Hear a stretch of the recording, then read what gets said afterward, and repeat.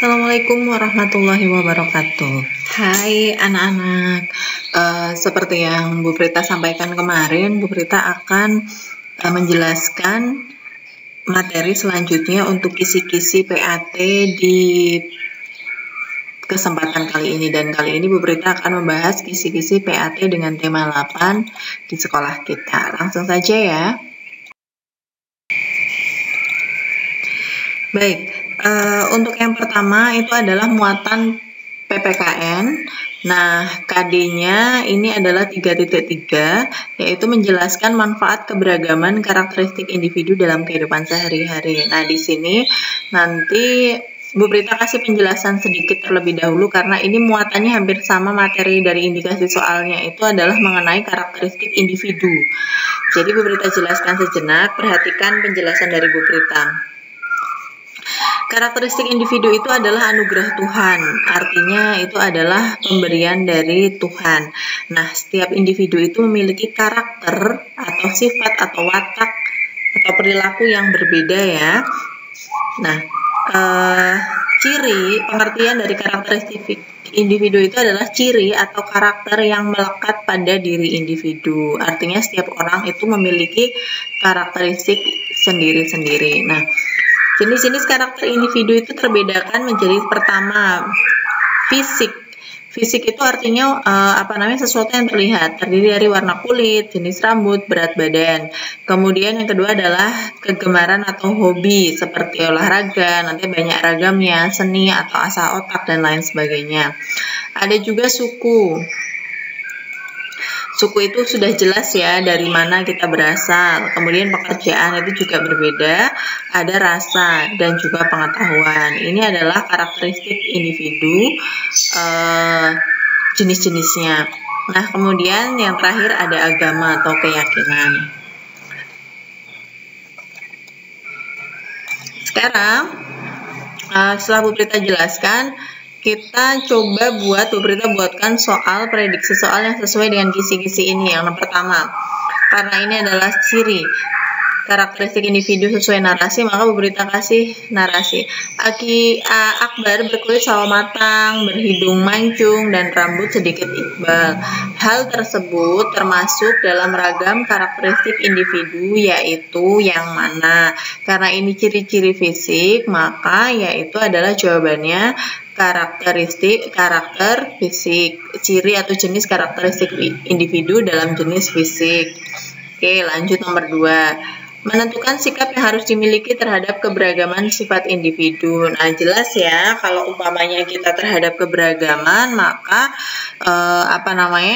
seperti semboyan bangsa Indonesia, yaitu adalah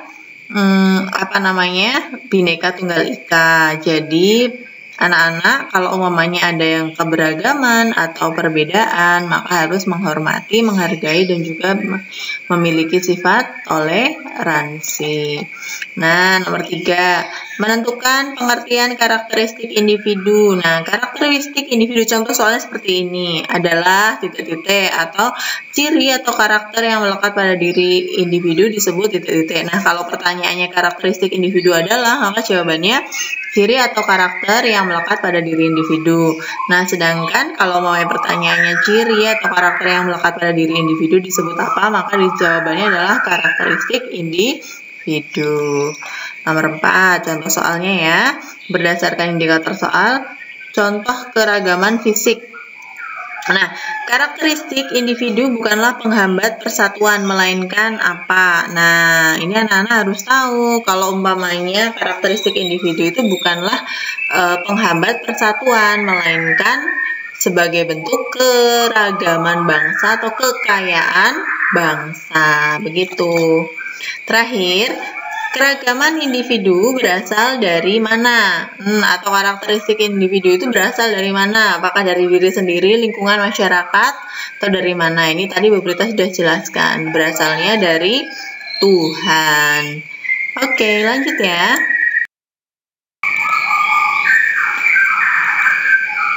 Nah, langsung ya. Bu Prita jelaskan dulu, ini masih tentang manfaat karakteristik individu. Manfaatnya itu adalah menghargai karakter, artinya menghargai berbagai macam sifat ya. Kemudian belajar bersosialisasi, ada juga toleransi, ada juga saling melengkapi di dalam masyarakat, ada juga hidup rukun antar sesama, dan yang pasti menciptakan persatuan. Nah, kemudian tadi Bu Prita sudah sampaikan, keberagaman karakteristik individu bukan menghambat persatuan, melainkan kekayaan bangsa untuk mempersatukan Indonesia. Ini penjelasan yang kedua. Nah, sekarang soalnya, prediksi soal dari indikator soal yang ada. Contoh soal nomor 6 ya, tidak termasuk manfaat. Nah, tidak. Berikut ini yang merupakan manfaat karakteristik individu adalah titik-titik, berarti yang ini. Atau kalau pertanyaan gini, berikut ini yang bukan manfaat dari karakteristik individu adalah, berarti selain poin yang ini, umpamanya ada pertengkaran, pertikaian, permusuhan, itu bisa menjadi option dari yang jawaban nomor 6. Kemudian dari indikator soal nomor 7, semboyan bangsa Indonesia jelas, Bhinneka Tunggal Ika. Kemudian 8, menentukan contoh penerapan sikap saling menghargai. Cara menghargai, nanti disesuaikan dengan soalnya ya. Nanti kalau caranya gimana, yang jelas ada kata menghargai, menghormati, toleransi, dan lain sebagainya. Kemudian 9, menentukan manfaat saling menghormati keberagaman. Manfaatnya apa? Jelas, menciptakan persatuan, hidupnya rukun, dan lain sebagainya. Nah, terakhir 10, menentukan alasan setiap warga negara harus menghargai keunikan daerah. Kenapa? Ya karena kalau tidak ada umpamanya, pilihannya sebenarnya tergantung ya, tapi kalau umpamanya intinya seperti ini, kalau harus menghargai, ya karena itu adalah kekayaan bangsa, atau itu adalah cara mempersatukan Indonesia. Pokoknya dilihat optionnya aja. Kalau ini Bu Prita tidak membuatkan pilihan gandanya, hanya sekilas saja supaya kalian paham kisi-kisi ini intinya seperti apa. Oke, lanjut muatan selanjutnya bahasa Indonesia.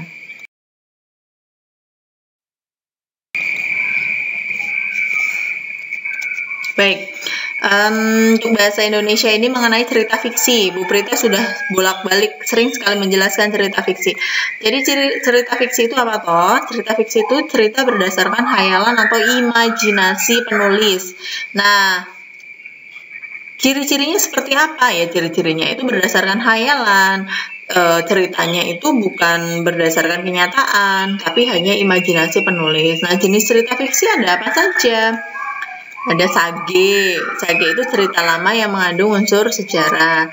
Ada juga mite, kepercayaan dalam masyarakat. Mite itu bahasa lainnya adalah mitos.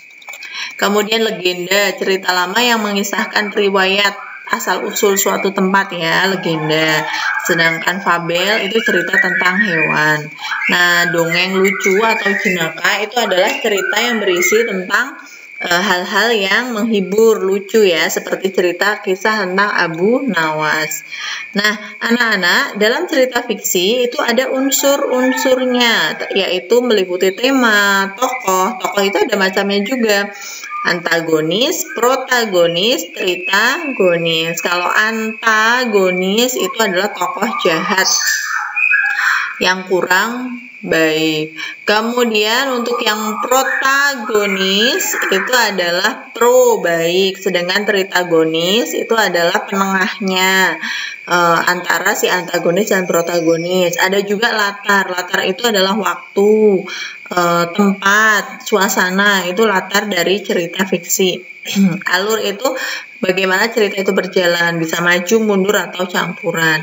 Pesan atau amanat itu artinya adalah pesan yang ada di dalam ceritanya itu seperti apa. Nah, kita terapkan ke dalam soal. Oke. Pertama, nomor 1 ya, pengertian dari cerita fiksi, ya ini dia, berdasarkan hayalan imajinasi. Nomor 2, menentukan ciri-ciri. Ciri-ciri cerita fiksi ya masih nggak jauh-jauh dari sini. 3, kisi-kisinya, menentukan salah satu contoh dari cerita fiksi sesuai narasinya. Ini Bu Prita kasih buat contoh ya. Cerita lama yang mengandung unsur sejarah merupakan contoh cerita fiksi yang disebut apa? Sage. Kalau namanya cerita yang merupakan kepercayaan dalam masyarakat namanya apa UMIT, kayak gitu ya. Kemudian nomor 4, dongeng lucu atau jenaka adalah atau apa? Penjelasannya berarti cerita yang bertujuan untuk menghibur atau ceritanya lucu atau jenaka. 5, menentukan watak. Oke. Umpamanya gini narasinya ya. Dalam cerita Bawang Merah dan Bawang Putih yang berperan sebagai tokoh antagonis itu siapa? Siapa, bawang merah apa bawang putih? Yang jadi anta? Anta itu kan buruk atau jahat, berarti bawang merah. Itu lanjut ya ke muatan selanjutnya.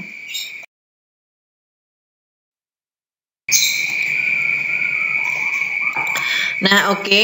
Selanjutnya ini adalah, ini masih bahasa Indonesia. Masih tentang tadi. Ini Bu Rita tambahkan. Ini masih yang sama yang tadi ya, jadi nggak perlu dijelaskan lagi. Cuma buat pengingat saja. Nah, prediksi soal sesuai kisi-kisi 6. Tokoh protagonis pada cerita Rakyat Maling Kundang adalah protagonis baik. Yang baik siapa? Ibunya. Yang antagonisnya siapa? Maling Kundang. Ya, umpamanya seperti itu. Bawang merah, bawang putih juga sama. Protanya siapa? Bawang putih. Antanya siapa? Bawang merah. Nah, bagaimana memperhatikan gambar? Aduh, ini soalnya gimana? Disajikan gambar, siswa menentukan salah satu contoh dari cerita fiksi. Oh, berarti melihat gambar, nanti masuknya sage, mite, legenda, atau fabel, atau dongeng lucu. 8. Menentukan salah satu unsur dari suatu cerita. Hal atau pesan yang disampaikan, salah lagi. Dalam cerita disebut apa? Amanat. Kalau mamanya inti dari suatu cerita namanya apa? Tema. Orang yang berperan dalam suatu cerita namanya apa? Tokoh. Waktu, suasana, latar itu apa namanya? Disebut apa? Waktu, suasana, tempat itu namanya apa? Latar. Bagaimana cerita itu berjalan namanya apa? Alur gitu ya. 9. Oh udah, ini 9 tadi udah tak jelasin. 10. Contoh dari cerita non fiksi. Apa umpamanya ada pilihannya biografi Bapak B.J. Habibie dan juga kisah kancil mencuri mentimun. Nah, yang fiksi yang mana? Jelas ya? Oke, langsung ke muatan IPA. Ini penjelasannya singkat saja karena udah tema kemarin sama, yang tema 7 mirip. Oke, gaya secara umum. Gaya itu tarikan atau dorongan terhadap suatu benda. Nah, Bu Rita sudah menjelaskan gaya itu ada macamnya. Ada pegas, listrik, gravitasi, kayak otot, gesek, dan magnet. Ini ada ilustrasi berarti ada gambar ya. Kemudian, oke. Kita langsung ke contoh soalnya aja ya. Prediksi soal yang sesuai kisi-kisi. Pengertian gaya secara umum ya, bisa jadi ini jawabannya. Tarikan atau dorongan terhadap suatu benda. 2. Menentukan gaya yang dilakukan. Gaya yang dilakukan berdasarkan gambar di atas. Nah, makanya dilihat gambarnya kayak gini berarti gaya pegas. Gambarnya kayak gini berarti gaya magnet gitu ya. Nomor 3, menentukan contoh gaya sesuai gambar. Gaya yang sesuai dengan gambar di samping. Sama kayak tadi. Oke, 4. Menentukan contoh gaya gravitasi. Ini gampang. Umpamanya orang yang jatuh dari ketinggian, buah yang jatuh ke tanah, itu ya. Seperti itu. Nomor 5, pemanfaatan gaya pada kompas. Yang dimanfaatkan apa kalau gaya pada kompas? Maka adalah gaya magnet.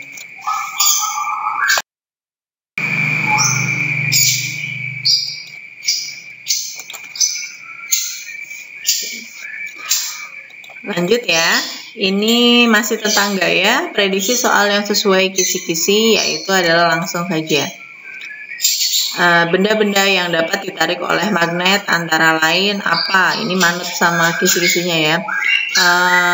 Jadi kalau maunya benda yang dapat tarik magnet itu benda yang bahannya itu dari besi, baja, paku, kemudian apa namanya pegangan pintu yang terbuat dari besi dan lain sebagainya. Kemudian nomor 7. Saat menginjak rem, disajikan gambar ilustrasi menentukan contoh gaya narasi sesuai narasi. Ini ada gambar. Ini Bu Prita nggak kasih gambar tapi uraian narasi aja. Saat menginjak rem maka mobil akan berhenti. Hal tersebut membuktikan bahwa apa? Gaya dapat membuat benda bergerak menjadi apa? Berhenti gitu ya. Menjadi diam. Oke, selanjutnya 8. peristiwa gaya gesek. Jika dua buah benda bersentuhan maka terjadi gaya gesek gitu. Kemudian 9, pengertian gerak. Gerak adalah tadi sudah tak jelaskan. Perpindahan tempat atau posisi suatu benda itu namanya gerak. Nah, yang terakhir 10.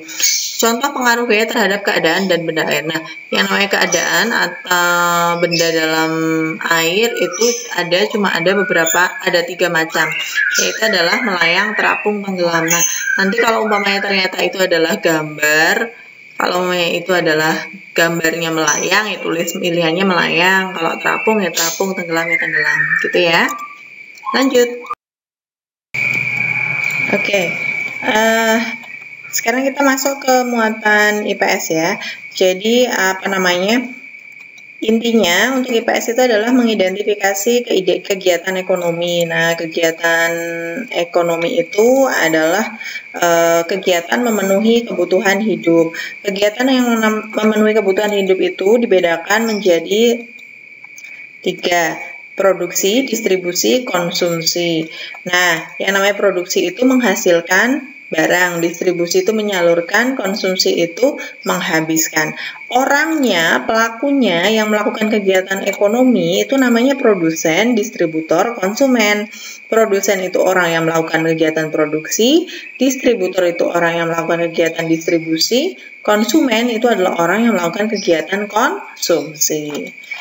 Nah, selain itu, dalam kegiatan ekonomi ada berbagai jenis kebutuhan manusia. Dibedakan menjadi 3. Pertama, primer. Primer itu kebutuhan pokok, terdiri dari sandang, pangan, papan. Sandang, pakaian, pangan, makanan, papan itu adalah tempat tinggal. Orang kalau nggak ada sandang itu berbahaya. Nggak punya pangan bisa sakit atau bahkan meninggal. Nggak punya papan, tempat hidup, tempat tinggal, itu maka kita juga merasa tidak nyaman, tidak terpenuhi kehidupannya, gitu ya. Nah, kalau ini sudah terpenuhi, maka kita masuk ke sekunder. Sekunder itu apa? Kebutuhan pelengkap. Kalau primer terpenuhi, maka kita lengkapi dengan contoh 1, motor, mobil tidak, motor, sepeda, TV. Itu adalah kebutuhan sekunder. Artinya kita membutuhkannya tapi bukan kebutuhan pokok. Nah, yang terakhir kalau sudah terpenuhi primer sudah, sekunder sudah, tersier, kemewahan, umpamanya piknik ke luar negeri atau membeli perhiasan. Nah, kayak gitu itu adalah kebutuhan kemewahan. Nah, sekarang contoh soalnya ya, berdasarkan indikator soal. 1. Kegiatan ekonomi adalah apa? Nah, ini kegiatan memenuhi kebutuhan hidup. Berdasarkan ini ya, poin 1 ini. Poin 2, disajikan gambar siswa menentukan kegiatan ekonomi. Bu Prita tidak dengan gambar tapi narasi. Nanti kalian bisa melihatnya sendiri. Kalau ada gambar orang membuat barang, maka dia melakukan kegiatan apa? Produksi. 3. Siswa menentukan contoh kegiatan ekonomi konsumsi. Nah, umpamanya ada gambar, terus kalian diminta untuk kegiatan konsumsi itu yang mana? Kalau ini distribusi ya, kalau ini Bu Prita salah memberi contohnya. Jadi kalau umpamanya kegiatan distribusi, itu uraiannya apa, penjelasannya apa. Ini kalau ini konsumsi ya. 4. Jenis kebutuhan manusia terdiri dari apa saja jenis kebutuhannya. Ada primer, sekunder, tersier. 5. Pengertian kebutuhan sekunder. Ini udah Bu Prita jelaskan. Pelengkap, hanya melengkapi kebutuhan primer. Lanjut ya. Nah, ini Bu Prita nggak kasih penjelasan, langsung soal ke indikator soal. Menentukan keadaan yang mempengaruhi kegiatan ekonomi masyarakat. Kalau keadaan itu berarti apa? Lingkungannya, tempat tinggalnya itu akan mempengaruhi kegiatan ekonomi masyarakat. Dataran tinggi, dataran rendah, dan lain sebagainya. Kemudian menentukan contoh profesi penduduk di dataran rendah. Kalau dataran rendah itu kebanyakan ya bekerja, petani ada, pedagang ada, tapi juga banyak yang bekerja di perkantoran. 8. Menentukan contoh profesi penduduk di daerah pantai, ya nelayan, penjual ikan, dan lain sebagainya. 9. Menentukan pekerjaan yang menghasilkan jasa di bidang kesehatan, dokter, perawat, apalagi itu ya yang di bidang kesehatan. 10. Indikatornya, disajikan narasi menentukan kegiatan ekonomi sesuai narasi. Ya bisa jadi soalnya gini, kegiatan menyalurkan barang dari produsen ke konsumen disebut apa? Apa itu namanya? Distribusi. Selesai IPS, lanjut ke SBDP.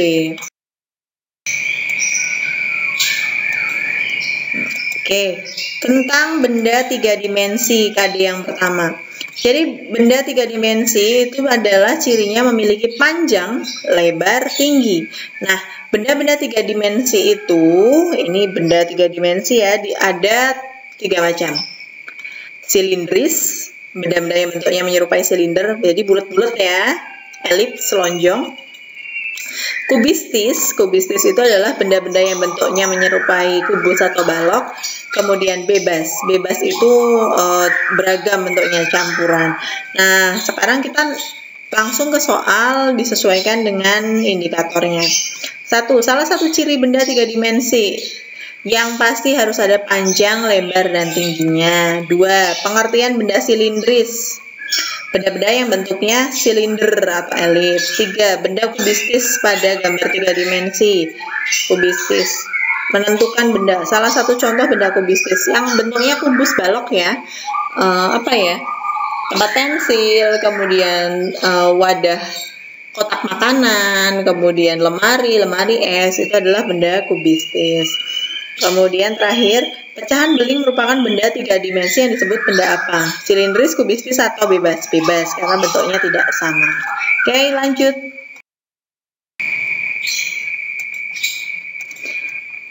Nomor 5, langsung ya. Ini Bu Berita nggak kasih penjelasan. Menentukan asal lagu daerah Injit-Injit Semut. Injit-Injit Semut dari mana? Jambi. 2. Siswa menentukan birama lagu daerah, yaitu apuse. Wah, ini udah sebenarnya cepet banget ini ya. Kalau kamu belajar di sini gampang ya. Nah, apuse itu berapa biramanya? 4/4. Pengertian tempo andante. Andante bermakna apa? Sedang. Mudah sekali kalau kalian belajar. Lanjut ya, terakhir. Oke. Disajikan gambar, siswa menentukan jenis tari sesuai gambar. Ya kayak kemarin saja, ini tari bedoyo dari mana? Dari Jogja, tari saman dari Aceh, dan lain sebagainya. Oke, siswa menentukan contoh tari klasik. Nah, ini Bu Berita jelaskan dulu ya. 3 jenis tari. Ada tari rakyat, jadi dari masyarakat lokal dan turun-temurun. Kemudian contohnya tari rakyat itu lengger, tayub, piring. Terus ada juga tari klasik. Kalau klasik itu dari lingkungan keraton. Contohnya bedaya, serimpi, lawong ageng. Ini bedaya, ini serimpi yang ada rambutnya, ada jambulnya. Ini serimpi. Kemudian tari kreasi baru itu tarian klasik yang diaransemen dan dikembangkan sesuai perkembangan zaman. Tari merak, kupu-kupu, rorongingin. Baik, selesai anak-anak penjelasan Bu Prita di kisi-kisi kali ini. Mudah-mudahan bermanfaat. Terus belajar. Pokoknya lihat terus videonya Bu Prita supaya kalian bisa paham inti dari atau soal-soal yang diprediksi akan keluar di PAT. Terima kasih. Sampai jumpa. Wassalamualaikum warahmatullahi wabarakatuh.